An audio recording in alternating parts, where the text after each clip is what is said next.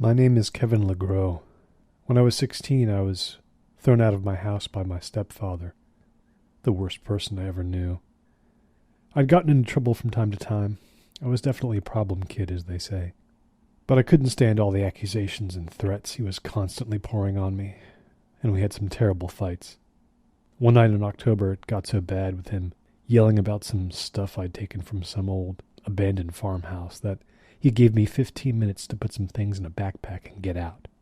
So I did just that, my mother crying. I had nowhere to go, no plan. I had a total of about $400 in the bank. I spent the first 2 days mostly wandering around the edge of town.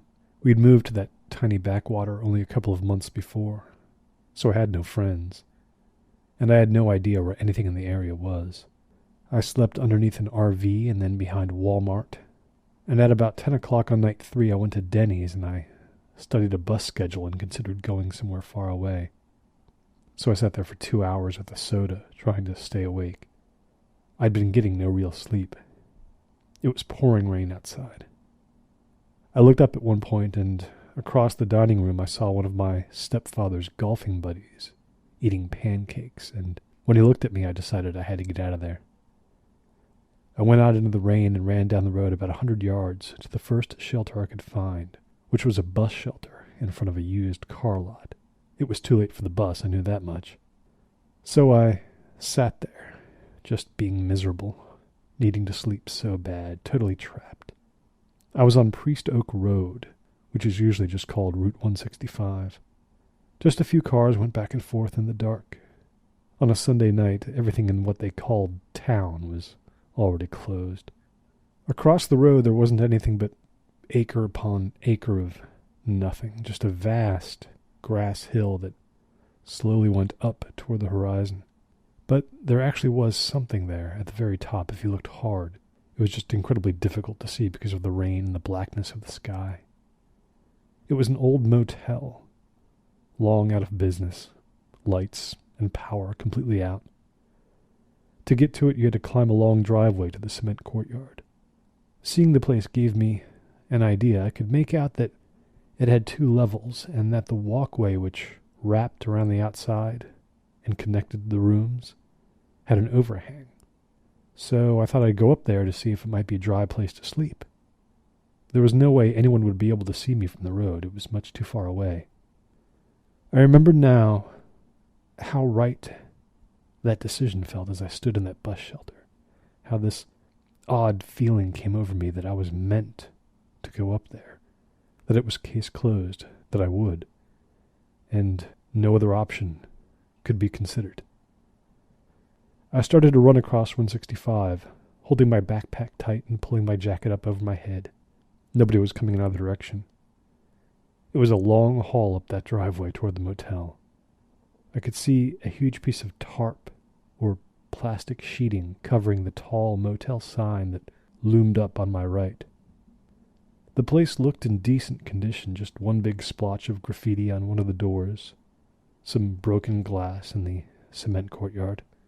Out in front there was just enough overhang to keep me dry if absolutely no wind kicked up. I got underneath it and followed it to the edge of the first level, and then I decided to run back out into the rain to go around the side of the place and go up some stairs to explore the second level.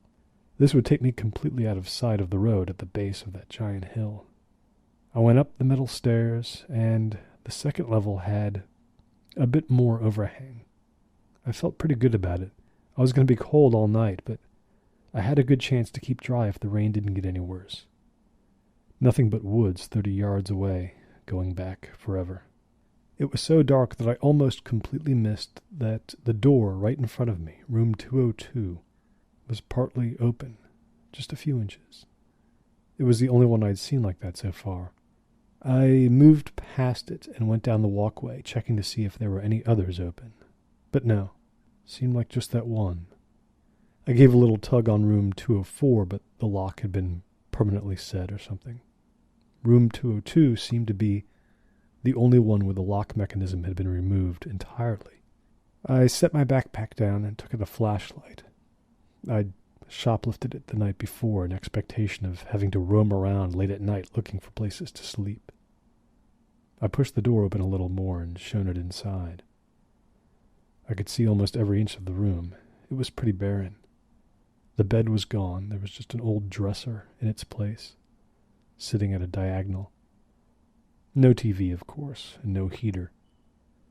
The bathroom door had been taken off the hinges, and the shower curtain was gone. About half the wallpaper, too. A few paintings, probably the ones that used to be on the walls, were tilted against one of them now, sitting on the floor. All in all, it was just fine for sleeping in. I could push the dresser against the door for protection. I went all the way in and closed the door against the loud sound of the rain, and I was safe and dry. I put my backpack down, and then I kicked off my shoes, which had started to give me blisters. I took off my jacket and put on a sweater that I took out of the backpack. My jacket I balled up to use as a pillow. I intended to go right to sleep, so I pushed that cheap dresser tight against the door. The carpet was still intact, and I lay down and shut off the flashlight, setting it right next to me. But of course, it was tough to sleep in this strange place that was only about 5 miles from my home. I stared at the ceiling and listened to the rain. Sometimes I thought I could hear a faint engine sound from some truck going down 165. I was just starting to fade out when it happened. A knock on the door of my room. My eyes flew open and my heart almost exploded. I brought myself up on my elbows and fixed my gaze on the black shape of the dresser that I had pushed in front of the door.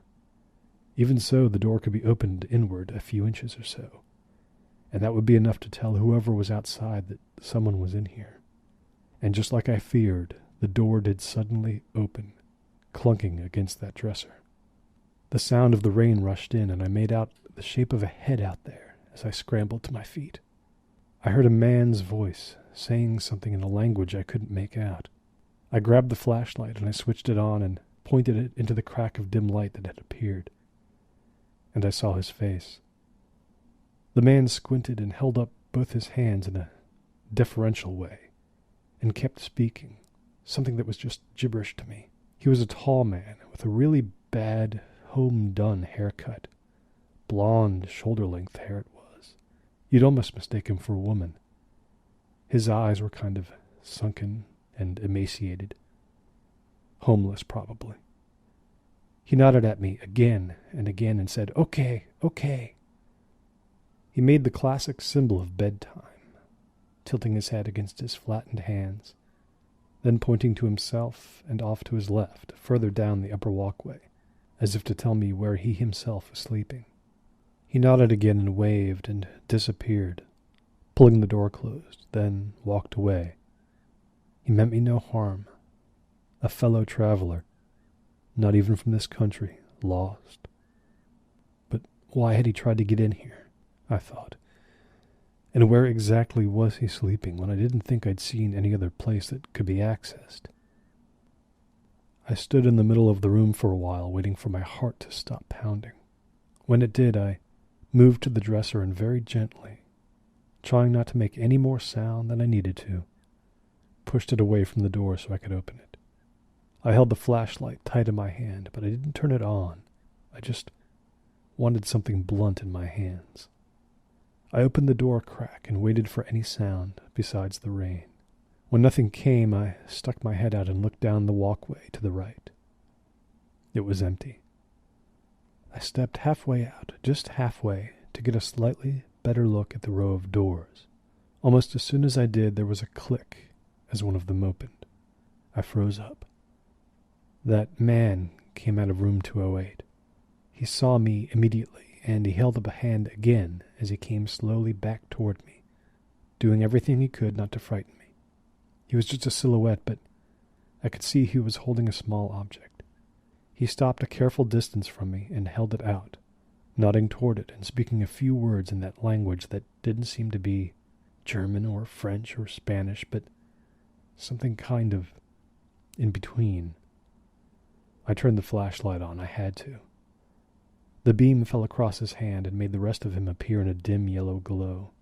I saw that his jacket was worse than mine was, some green windbreaker with the logo of a minor league baseball team on it. He was holding a single wrapped hamburger. A hamburger from McDonald's. He wanted me to take it. I shook my head and I waved him off, but he held it up a little higher. More out of fear of what he might do if I refused again than really wanting the thing, I took a step forward and I took it from him. He nodded, said, "Okay," and waved once more. Then he retreated back into his own room and closed the door just as I returned the wave. I kicked myself for not really checking those locks more closely, just assuming every door was in fact permanently shut when obviously that wasn't the case.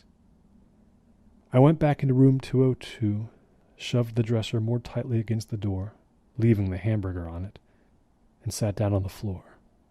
I realized I had a long night ahead of me, trying to get to sleep, knowing this stranger was just 3 doors away.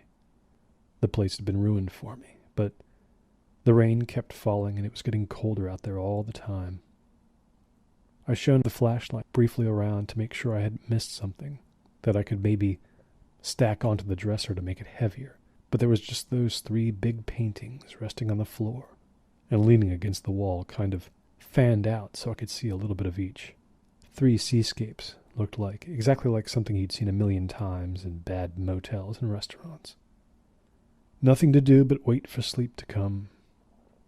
From my backpack, I pulled out a local newspaper I'd bought because there was a story I really wanted to read, shining the flashlight on it. It was about an old homeless woman named Uda Harat, who'd just been killed near where I'd lived until about 3 days ago. She'd been camping out, apparently, in the burned-out ruins of a farmhouse from the 20s. It didn't even have a roof anymore. She'd been stabbed many, many times, died of blood loss. Her son, Otto, was 40 years old and also apparently homeless.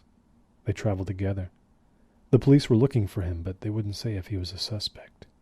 The reason I wanted to read that was I'd been at that farmhouse recently.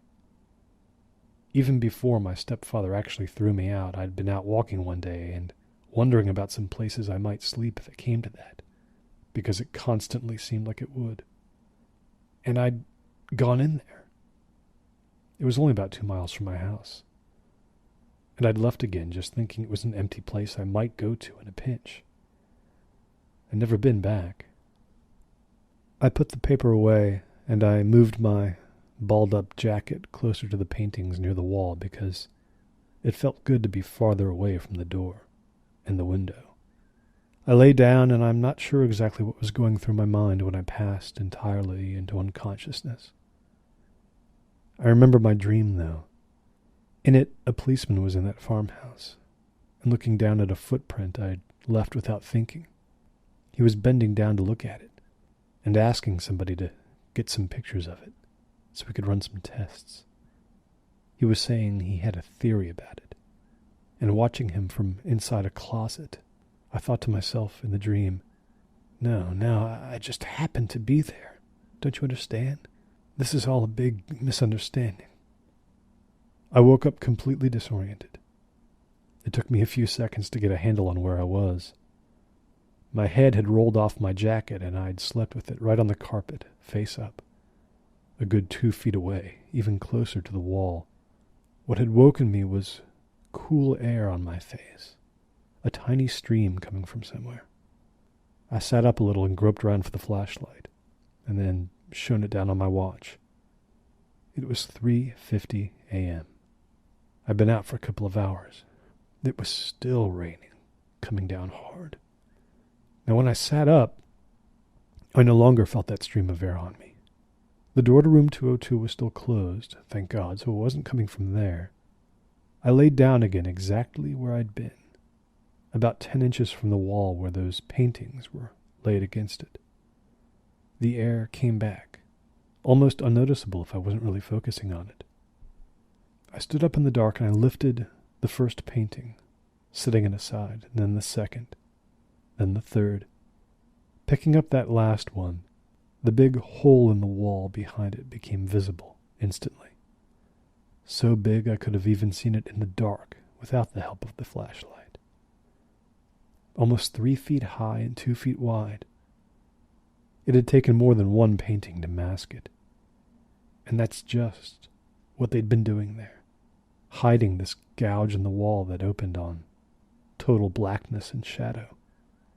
Crouching down, the beam of the flashlight showed me a passage of about 4 feet, leading into the adjacent room, 204.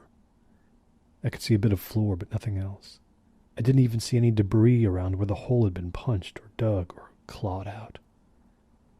I sat down before the hole, cross-legged, pointing the flashlight just so to get a little bit more of a view into the next room, but the angle wasn't enough to tell me much. So I shut the flashlight off and stayed still and quiet for a time, trying to figure out just what I was looking at and why. From beyond my room, outside, there came a sound I hadn't heard yet since I'd come across this place. A car engine, but not one so far away that it could have been mistaken for something else. This was close and coming closer.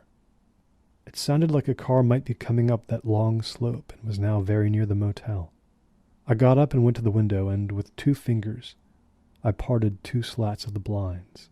After a few seconds, headlights were illuminating the thin strip of cracked pavement that wound all the way around the motel, and the car was coming from the front of the place to the back. The headlights briefly showed me the densely packed screen of trees 30 yards beyond the property. And then the car came around the corner, moving at walking speed. The walkway blocked my view of the car itself. All I got was what the headlights saw through that weird mist their beams made in the rain. Whoever it was, they were checking the place out. Or looking for something, maybe, or someone. The car rolled real slow past room 202 and then the others, moving off toward the edge of the building. Unless it reversed, it would have to go around the opposite side. I moved away from the window and I was satisfied that it did. I heard a soft thud out there then. A door. The faintest trace of a shadow moved past my window and I froze, holding my breath. The guy from room 208, I assumed that was him, went by, walking at a normal pace past my room, then down the walkway toward the steps that led to the tarmac. The shadow was gone soon enough, not pausing. I could hear faint, slow footsteps on that metal staircase, disappearing. My first thought was, good. Maybe the guy had a ride out of here. Maybe I could breathe easier. I turned my attention back to that hole in the wall. I got on my hands and knees and stuck my head into the gap, and then decided to go forward, the flashlight clenched in my right hand. As strangely right as the decision to approach the motel had felt, this, on the other hand, felt wrong. It felt bad. But my curiosity was so intense. I had to shimmy carefully to not get a scratch or two. I was a little too big for the space. There was a powerful smell of mold. I listened for a minute to make sure I wasn't about to come out into a room where someone would be shocked by my appearance. And then I emerged on the other side of the hole into room 204, and I stood up inside it. My flashlight blipped out for a second, and I gave it a little shake to kick it into life again. Just like my room, 202, this one was barren. The difference was, this one was in far worse shape. Wood splinters and glass shards were everywhere. The carpet was half gone. There was a big pile of deconstruction debris in one corner. Here's what was really weird. There was another hole, in roughly the same position as the one on my side, but closer to the bathroom. This one was a little bit bigger, and there'd been no attempt to cover this one up. The one on my side, that was the one that someone had hidden. The hole would lead to room 206. If I went into that adjacent room and there was a hole there, that would lead to the room where the stranger had gone into. I crouched and stuck my head in, and shone the flashlight around. I didn't even have to get down on my hands and knees this time. The hole was big enough for me to merely crouch over at the waist and sidestep through. 206 was pretty much a disaster, like 204. I had to step carefully over debris to avoid making too much noise. I was relieved to see that the far wall was intact, no exit through it. So maybe construction guys had punched those holes? I shone the flashlight into the bathroom where there were bits of porcelain everywhere. The bathtub had been broken apart into a million tiny bits. I crossed the threshold into the bathroom, and when I turned to the right, there it was. The hole into 208. Beside the sink. Almost 4 feet high, I'd say. It was probably because I was so afraid of the stranger coming back at any moment that I didn't wait very long to creep into that hole. I had to step on a small pile of porcelain bits to enter it. They cracked underneath my shoes. Then, into and through the pitch dark that lay between the motel's walls. When I came out on a diagonal into room 208, I saw right away that, like the others, there was no bed, no real furniture at all. But it had been cleaned up a little, though not nearly as much as mine had. The beam of the flashlight bounced across something tall only a few feet away from me, and my brain screamed at me that someone was here. But it wasn't a person. I was confused by what I was seeing. Standing in the center of the room, grouped together to form an enclosed square, were 4 oblong pieces of wood, about 5 feet high and 2 feet wide, each rooted by a built-in stand that kept them perfectly upright. There was enough of a gap between each that I could step into the square area and see that these were 4 tall mirrors facing one another, all of them in very good condition. Not something left behind when the motel closed or scavenged from some junkyard. In the center of the square was a chair and a tiny card table. On the table was a short, thick candle that had been blown out, and a scattered bunch of what looked at first like Scrabble tiles. Little 1-inch pieces of wood with letters on them, but no, that wasn't quite right. They all had letters A through Z, but each had been made by hand from different materials. Some were similar wooden bits, some were stones that happened to have a surface flat enough to mark with a letter. Some looked like bits of cardboard. 6 or 7 of the pieces were actually small shards of glass, the letters handwritten on their reflective surface with a marker, and maybe that would explain why one of the tall mirrors was broken at the bottom. More letters needed, but not enough material to make them. There were dozens of handmade letter pieces in all, and in the middle of the random jumble, several had been roughly connected together into what passed for a couple of sentences. The first read, "Make the room." The one right below it read, "I have drawn him." Sentences in English, not whatever language the man from 208 spoke. There was a third grouping of words, too, several inches below these. Not quite a sentence this time, but 3 words that made sense together all the same. While he sleeps. That's what they said. The stranger had sat here by candlelight, mirrors on all sides, reflecting himself from every angle, barely enough room to move, and done what? I picked up an object from the carpet beside the table, a piece of thin board, leaning against it, folded in half. I opened it and I saw a Ouija board, the kind you'd buy anywhere. Whether it was still to be used that night or had already been used but found insufficient, I'd never find out. I left it where it was, and I turned and I moved back to the hole. I needed to retrieve my backpack from room 202, and then I would get out of there fast. My hands had begun to shake, and the flashlight beam wasn't very steady as I went. I had crossed through room 206 and was headed into 204 when a sound made me stop inside the black gap that separated the two. The rain outside had suddenly gotten the tiniest bit louder, and then faded again. I poked my head out into 204 just a few inches, and saw that the door had not opened. If some door had, it must have been further ahead of me, which meant my room, 202. I listened for something more. Maddening silence, no sound of a dresser being moved. Maybe I'd been wrong, and it had just been a wind gust, slapping the rain against the door harder than normal, fooling me. But I decided my backpack could stay where it was.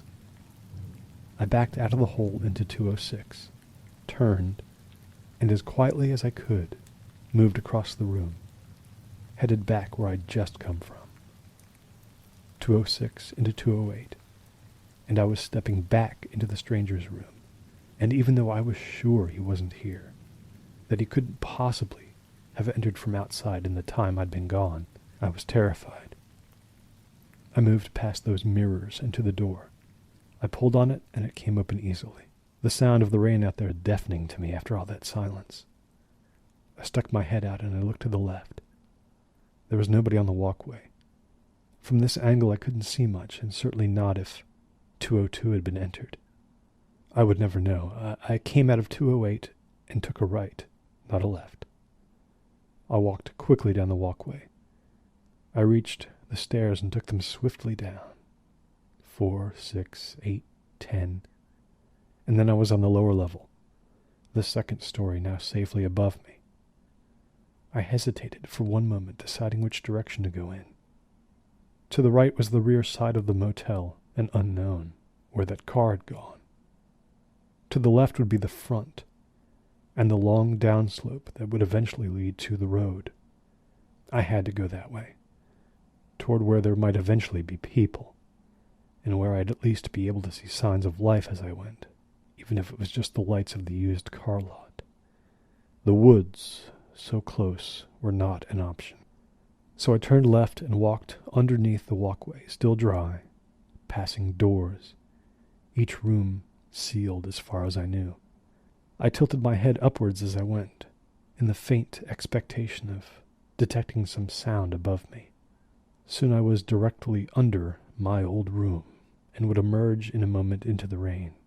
I pressed on, passing the stairs, and with no backpack or jacket, found myself suddenly getting drenched, my flashlight tucked under one arm. I started to trot around the side of the building, picking up speed. I would have veered off directly to the top of the hill and made my way down the slope using the wet grass rather than the driveway, which was farther away, but I caught sight of something in the motel's courtyard that made me stop.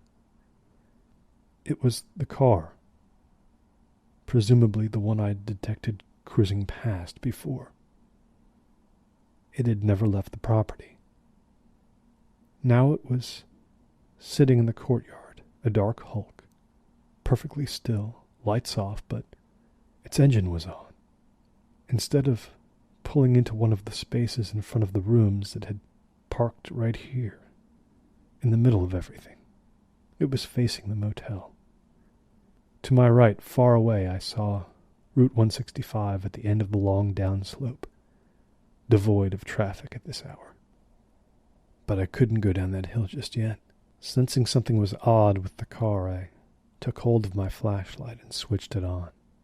50 feet away, the driver's side door of the car was wide open, as if someone had gotten out and hadn't come back yet, foolishly inviting the rain to get in. The car was a dark color. It looked like red. The license plate number was YOC 418. It was my stepfather's car. There was no mistake. He'd come here looking for me. The scenario flashed through my mind in an instant. His golfing buddy had seen me in the restaurant, had mentioned it to my stepfather, and the man had gone out in the middle of the night playing hunches all over town, looking for me, for hours maybe. But it wouldn't have been his idea. It would have been my mother making him do it, probably, worried for me. The car sat, idling. No sign of its driver. I started to walk toward it, keeping one eye on the shadows that had swallowed the motel and the rows of locked rooms. Something was horribly wrong here. That open door. There was one way I could feel safe, and that was to get into the car and close the door and lock it. When I was 10 feet away, I began to move much more swiftly, and I entered the car all in one motion, my left hand reaching out to grab the interior door handle, my right tossing the flashlight into the interior, onto the floor where the gas pedal was, just for now. And I was moving into the car so quickly, with such intent, that I was already halfway in the driver's seat when I realized I was not alone. I hadn't quite pulled the door shut when I became aware of the person in the passenger seat. The person was moving, lifting something up toward me, something large. A hand grabbed my right shoulder and a male voice said, "Don't move." By the aura from the small pool of light generated by the flashlight beside the gas pedal, I could see that it was the blade of a machete that was near my throat, and it was held by the homeless stranger. His English was perfect, not even a trace of an accent. He was also holding something in his left hand, down near his waist, something very small, I couldn't see just what. My breathing stopped. The sights inside the car seemed brighter than they should have been. My night vision had sharpened somehow because of the adrenaline. I didn't move an inch. My left hand stayed on the door handle. My passenger said to me, "We're going to Mahogany Glen." And that was all. Somehow through my fear I knew immediately what I was going to do. I pulled the driver's side door closed, slowly but firmly. The movement caused the blade of the machete to touch my chest ever so slightly. I put my hand on the gear shift and put it into drive, and slowly dragged my eyes away from the stranger. I'd been able to determine that what he was holding in his left hand was a photograph, but its content was too dim for me to see. It became obvious that there would be no further instruction. So I lifted my foot off the brake and the car rolled forward. I turned the wheel to the right and we began to swing around toward the slope. When we had straightened out and were aimed at the top of the drive, I turned the wipers on. The blade of the machete was held very steady by the stranger. I stared straight through the windshield, and then I turned the headlights on. There was a body just ahead, lying on the cement near the peak of the slope. The person was wearing a blue raincoat, and legs wrapped in old jeans stuck out of it. It was a man, and one of his sneakers had fallen off. His head was gone. His head was gone. Some icy part of my mind kept me going through the motions of driving. Maybe because it wouldn't have to hold on for too long before I ended this. Just a few more seconds. I let go of the brake and we rolled forward. I turned the wheel just a little to the right to avoid rolling over the dead body. We started onto the cracked cement downslope that led away from the motel. The rain made it tough to see even with the headlights. We moved past the tall, lonely sign, wrapped in tarp. The wipers went back and forth, back and forth. Halfway down the drive is when I slammed my foot on the accelerator. The stranger let out a strangled noise of shock as he rocked backward. The blade tapped my chest, but the stranger had panicked, and in trying to right himself, he wasn't able to keep it steady, much less swing it. We roared down the slope toward 165, hitting potholes in the cement surface of the drive, our bodies shaking wildly.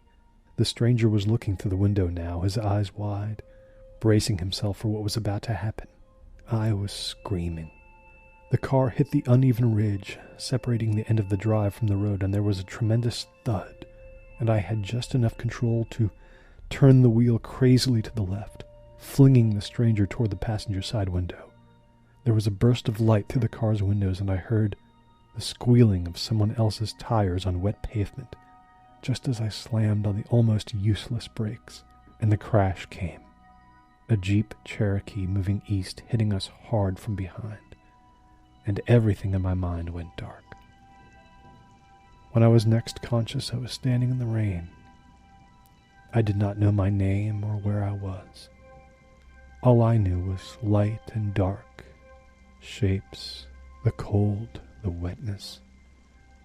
The wreckage of the cars seemed to be all around me.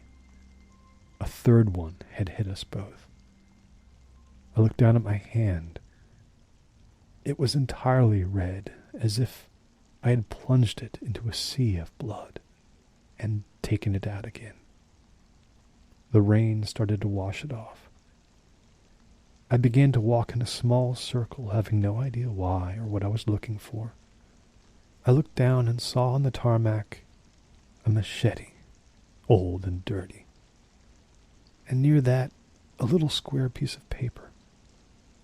I reached down and picked it up, curious. It was a photograph. I'd seen it before a few minutes earlier. My passenger had been holding it inside the car. The photo was black and white and creased and fading, from a time long before mine. The woman in it was very young, no more than 20, unsmiling, unattractive, strange-looking. I heard sirens, and I lay down on the road and went to sleep with that photograph in my hand. That all happened 6 years ago. 3 weeks after Otto Herat killed my stepfather, and was then killed himself in the car crash I created, there came a day, Halloween as I recall, when the police seemed to have no more questions for me. I took my mother's car and drove out to Mahogany Glen. Mahogany Glen is a cemetery. When I was certain no one else was there, I got out and, walking with a limp, strolled around for a while in the poor part of it, where it seemed they buried people without much money, or any at all. One of the graves I knew was Uda Herat's, but some were unmarked, so I'd never know for sure. Another was probably her son Otto's. I wonder what kind of woman she really was, that she would and could send her mentally unbalanced son those messages I found in room 208, and him knowing how to receive them. What kind of people were they both? These homeless freaks nobody noticed. Here's the thing about those messages. Yeah, from time to time, since I was 14 or so, I've had these episodes, sometimes a whole week long, where things get dark and I lose track of where I am and why I want what I want. And bad things can happen to people, even random people. Not even my mother was safe from the episodes in the end. It could be that I didn't poke around Uda Herat's rotting farmhouse shelter just that one time, after she died. Maybe I was responsible for more than I remember. Anyway, whatever she and her son had planned for me that night, she dead and he still alive, it didn't work. And now I doubt she has anyone left to act through. I feel for her in that way, sort of. It's awful being alone.